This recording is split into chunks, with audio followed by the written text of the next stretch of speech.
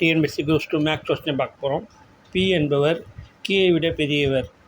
R என்பவர் கீயை விட பெரியவர் ஆனால் பியை விட சிறியவர். எஸ் என்பவர் பியை விட பெரியவர் ஆனால் டியை விட சிறியவர். இதில் யார் மிக சிறியவர்? இந்த கொஸ்டின் ரொம்ப ஈஸியான கொஸ்டின். சூப்பராக ஈஸியாக சால்வ் பண்ணிடலாம். பி என்பவர் கீயை விட பெரியவர். அப்போது பி எழுதிப்போம்.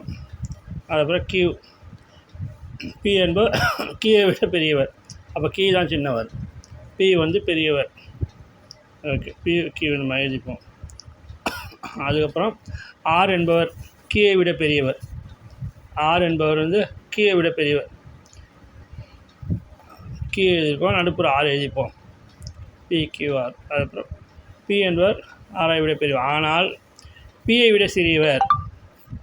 ஓகே, பியை விட சிறியவர். அப்போ பி கீழே போட்டுப்போம். அதுக்கப்புறம் எஸ் என்பவர் பியை விட பெரியவர்.